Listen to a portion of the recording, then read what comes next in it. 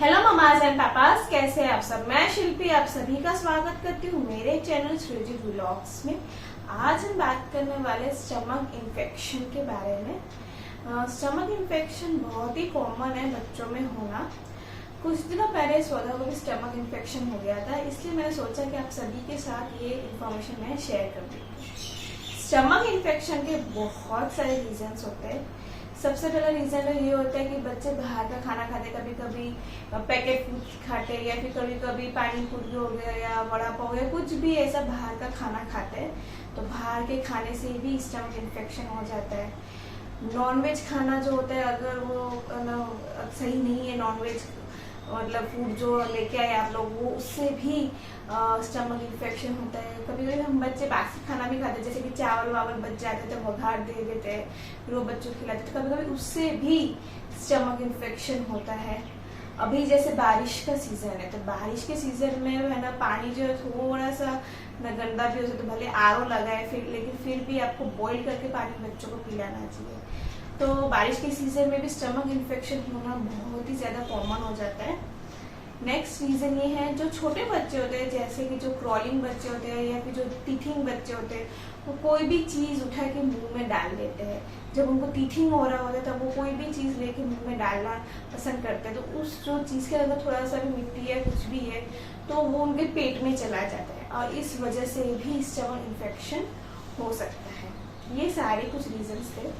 अब हम बात करेंगे सिम्टम्स क्या क्या होते हैं। तो सबसे पहला सिम्टम होता है वॉमिटिंग। बच्चे हर 2-3 घंटे में वॉमिट कर देंगे, कुछ भी खाना खाया वो वॉमिट कर देंगे, तो वॉमिटिंग सबसे पहला सिम्टम होता है। सेकेंड है लूज मोशन, बच्चे बार बार मोशन पास करेंगे। थर्ड सिम्टम होता है स्मेल।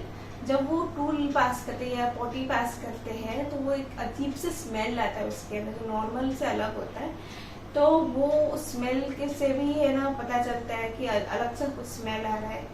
फिर जो पॉटी होगा उसके अंदर अनडाइजेस्टेड फूड होगा, मतलब जब आप पॉटी साफ करोगे आपको पता चलेगा अनडाइजेस्टेड फूड है, उससे भी पता चलता है कि बच्चों को शायद स्टमक इन्फेक्शन हो गया है, फिर स्टमक में कोई प्रॉब्लम हो रही है। छोटे बच्चे में एक और सिम्टम होता है, जब वो पॉटी पास करते हैं वो नॉर्मल नहीं होते, जैसे कि वाइटिश मुशी सी पॉटी होती है, नॉर्मल पॉटी से अलग होती है, क्योंकि स्टमक इन्फेक्शन या कोई भी जो है ना स्टमक रिलेटेड अगर कुछ होता है तो वो पॉटी से ही पता चलता है कि बच्चों को लूज मोशन हो गया है या फिर स्टमक इन्फेक्शन है। तो सबसे पहला सवाल आपको डॉक्टर यही पूछेंगे कि बच्चा पॉटी कैसा पास कर रहा है। तो इस केस में पॉटी जो होता है वो थोड़ा व्हाइटिश होता है, थोड़ा स्टिकी मुशी ऐसा पॉटी वो लोग पास करते हैं। फिर वीकनेस आ जाती है बच्चों में बहुत ज्यादा, ये भी एक सिम्टम है, और 2-3 दिन तक ये लगातार होता रहता है।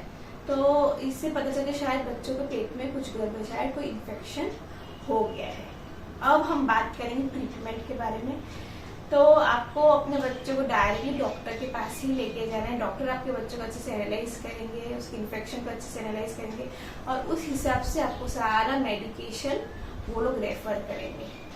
उसके अलावा आपको क्या करना है, बच्चों को बहुत सारा लिक्विड देना है, जिससे वो लोग डिहाइड्रेट ना हो जाए, इसलिए हमें लिक्विड देना है बहुत सारा। लिक्विड में उनको आप कोकोनट वाटर दे सकते हैं, नींबू पानी दे सकते हैं, फ्रूट जूसेस दे सकते हैं, लेकिन हाँ फ्रूट जूसेस टेट्रा पैक वाले आपको नहीं लेने हैं, आपको घर में फ्रेश जूस बना के ही बच्चों को पिलाना है। तो फ्रूट जूसेस आप दे सकते हैं। फ्रूट्स आप अगर आपके बच्चे खाते हो डायरेक्ट फ्रूट्स भी आप अपने बच्चों को खिला सकते हैं। आपको पानी भी अच्छे से बॉईल करके ठंडा करके ही बच्चों को देना है। खाने में आप एकदम सिंपल बिना मसाले वाला दाल चावल दे सकते हैं, या फिर दही चावल इस टाइम पर बहुत अच्छा होता है दही चावल बच्चों के लिए, दही चावल दे सकते हैं। दही पोहे भी आप बच्चों को खिला सकते हैं। ये 2-3 चीजें हैं जो आप बच्चों को खिला सकते हैं। अब उन चीजों की बात करेंगे जो आप बच्चों को बिल्कुल नहीं दे सकते।